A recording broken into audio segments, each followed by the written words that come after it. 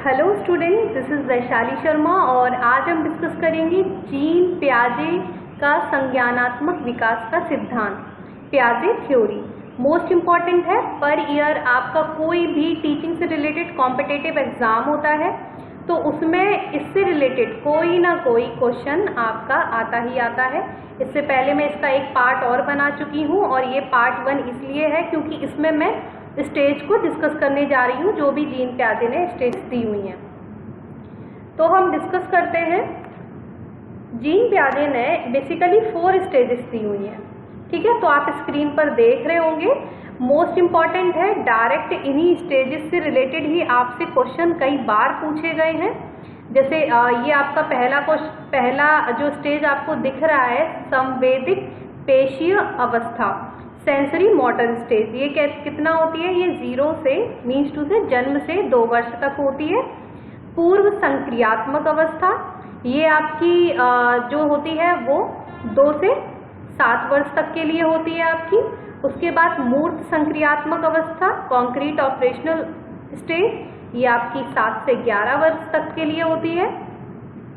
4th stage है आपकी अमूर्त संक्रियात्मक अवस्था, फॉर्मल ऑपरेशनल स्टेज, ये आपकी होती है 11 से 15 वर्ष तक। तो अगर आप प्रीवियस ईयर के पेपर्स को उठाकर देखेंगे, इन्हीं स्टेजेस से रिलेटेड डायरेक्ट क्वेश्चन पूछे गए हैं कि 4 स्टेज कौन कौन सी होती हैं। इन जैसे मान लीजिए आपको ये नाम दे दिया गया और 4 ऑप्शन दे दिए गए कि ये किस ईयर से किस ईयर तक होता है, और इन सभी में इसी टाइप से क्वेश्चंस आपके बनेंगे। तो आज इस वीडियो में सबसे पहले जो पहली स्टेज है सेंसरी मोटर स्टेज, उसको मैं डिस्कस करूंगी। जैसे कि आप स्क्रीन पर देख रहे हैं सेंसरी मोटर स्टेज, तो हम इसको डिस्कस करते हैं। इस जो पियाजे थे उन्होंने पर्टिकुलर हर एक स्टेज का एक नाम दिया था। लाइक यहाँ पे सेंसरी मोटर इसको दिया हुआ है तो इसके पीछे भी एक रीजन है। जैसे अगर आप देखोगे जो जन्म से 0 से 2 ईयर तक जो बच्चा होता है, थोड़ा ना आप इसको प्रैक्टिकली सोचिएगा कि घर में या कहीं पर भी आपने एक 2 साल का बच्चा देखा है, बड़े होते हुए देखा है, तो वो कैसे बिहेव करेगा। तो यहाँ पे जो सेंसरी का मीन है, मीन्स टू से जो भी आपके 5 सेंसेस होते हैं उनसे है यहाँ पर मीन, ठीक है। और उसके बाद जो मोटर मीन्स टू से मूवमेंट। इससे पहले भी मैं फिजिकल डेवलपमेंट में फाइन मोटर स्किल और ग्रॉस मोटर स्किल्स के बारे में बता चुकी हूँ, तो आप वीडियो के एंड में जो लिंक आएगा उससे आप देख सकते हो। तो ये भी मोस्ट इम्पॉर्टेंट है। तो बच्चा जन्म से 2 वर्ष तक कैसे सीखता है? अपने सेंसेस से सीखता है और मूवमेंट करके सीखता है। तो इसमें इस स्टेज के अंदर कुछ इंपॉर्टेंट पॉइंट आते हैं, इनसे डायरेक्ट क्वेश्चन आपके पूछे जाते हैं। सबसे पहला है आपका reflex action and, means to say यहाँ पर प्रतिवर्ती जो क्रियाएं होती हैं वो खत्म होने लगती हैं। अब यहाँ पे इसका मीन क्या है कि रिफ्लेक्स एक्शन होते क्या है? जैसे आपने एक छोटे बच्चे को देखा होगा कि उसके हाथ में अगर आप फिंगर रख देते हो तो अपने आप वो मुट्ठी बंद कर लेता है, अपने हाथ पैर अपने आप ही चला रहा है। आप उसकी तरफ देखते हो वो स्माइल कर देता है, या अचानक से चौंक जाना और आंखों का झपकाना, तो क्या आंखों का ब्लिंक करना, ये सारी चीजें क्या है? Reflex action and. जब बच्चा जन्म लेता है उस टाइम पे ये काफी चीजें होती हैं और धीरे धीरे 2 साल तक ये खत्म होने लगते हैं और कुछ लिमिटेड चीजें हमारे अंदर रह जाती हैं। लाइक आज हम बड़े हो चुके हैं तो हमारे अंदर रिफ्लेक्स एक्शन कौन से बाकी रह गए हैं? जो अपने आप होती हैं, इसमें हमारा कोई रोल नहीं होता है, वो होते हैं हमारे रिफ्लेक्स एक्शन। तो जैसे इसमें फर्स्ट है कि आपकी आंखें अभी भी झपकती हैं, ठीक है, ब्लिंक करती हैं, तो ये क्या है? रिफ्लेक्स एक्शन है। आपकी जो हार्ट बीट होती है, दिल का धड़कना, ये क्या है? रिफ्लेक्स एक्शन है।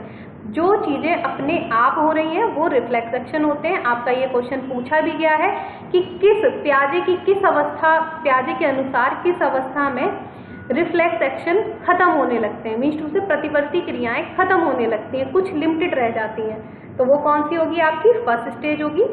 सेकेंड है आपका ऑब्जेक्ट परमानेंस। ये क्वेश्चन तो आपका बहुत बार पूछा गया है कि ऑब्जेक्ट परमानेंस कि किस स्टेज में आ जाता है। वस्तु स्थायित्व, इसको हिंदी में वस्तु स्थायित्व कहते हैं, तो ये आप लिख लीजिएगा। इसका मीन क्या होता है? एक छोटा सा बच्चा होता है, आपने देखा होगा कि घर में छोटे बच्चे होते हैं, थोड़ा प्रैक्टिकल सोच के, कि वहाँ पर हम बोल देते हैं कि अब आपकी मम्मी नहीं है, आपके भाई नहीं है, तो बच्चा अचानक से रोने लगता है, या उसका टॉय आपने छुपा दिया और बोल दिया कि ये टॉय अब नहीं रहा, तोड़ दिया मैंने, तो वो उसी चीज़ को सच मान लेते हैं और फिर वो रोने लगते हैं। बट ये स्टार्टिंग में होता है, और जैसे जैसे बच्चा 2 साल का हो जाता है तो उसमें ऑब्जेक्ट परमानेंस आने लगता है। मीन्स वो जानता है कि अगर चीज़ें उसके सामने नहीं है तब भी वो दुनिया में है। कि लाइक आप बच्चे के सामने आप आंखें बंद कर लेते हो और बोलते हो मम्मा गई, और बच्चे का रोने लगना, और उसके बाद हाथों को हटा देना। एक आपने पिक एंड बूम जो सुना होगा, लाइक बच्चे के सामने हम करते हैं वो सारी चीज़ें, कि उसके सामने जो चीज़ नहीं है और वो दुनिया में है, वो इस चीज़ को समझने लगता है। तो वो क्या होता है, ऑब्जेक्ट परमानेंस होता है। कि कोई भी छोटा बच्चा है, उसको आप कहोगे ना कि ये बॉक्स ना, ये पेंसिल बॉक्स आपका ना मैंने किसी को दे दिया, तो वो आपको सीधे से रिप्लाई करेगा नहीं वो रखा हुआ है मेरे पास। तो इसका एक प्रीवियस ईयर का हम क्वेश्चन देखते हैं। जैसे आप यहाँ पे फर्स्ट स्टेज का क्वेश्चन देख रहे होंगे, किसी वस्तु के स्थायित्व की अवधारणा पियाजे के विकास के डैश चरण में प्राप्त हो जाती है ना। The concept of object permanence is, है ना। तो ये आप क्वेश्चन देखिए, ये आपका पूछा गया है प्रीवियस ईयर में। तो अभी मैंने बताया जो वस्तु स्थायित्व है, जो आपका ऑब्जेक्ट परमानेंस है, वो किस स्टेज में आ जाता है, वो आपका आ जाता है फर्स्ट स्टेज में। तो आपका राइट आंसर ये होगा। तो इसी टाइप से जो फर्स्ट स्टेज है इंपॉर्टेंट है, और इससे काफ़ी सारे क्वेश्चंस आपके बनते हैं। तो अब हम आते हैं अगले पॉइंट पर। ये है, आई होप आप ये दोनों पॉइंटों को समझ गए होंगे। रिफ्लेक्स एक्शन मीन्स टू से प्रतिवर्ती क्रियाएं जो स्वतः होती हैं, इसमें कोई रोल नहीं होता है बच्चे का, अपने आप पे कंट्रोल नहीं हो जिन चीज़ों पर। ऑब्जेक्ट परमानेंस मीन्स टू से वस्तु आपके सामने ना होने पर भी दुनिया में है, इस चीज़ को वो महसूस करने लगते हैं। वस्तु स्थायित्व, ठीक है।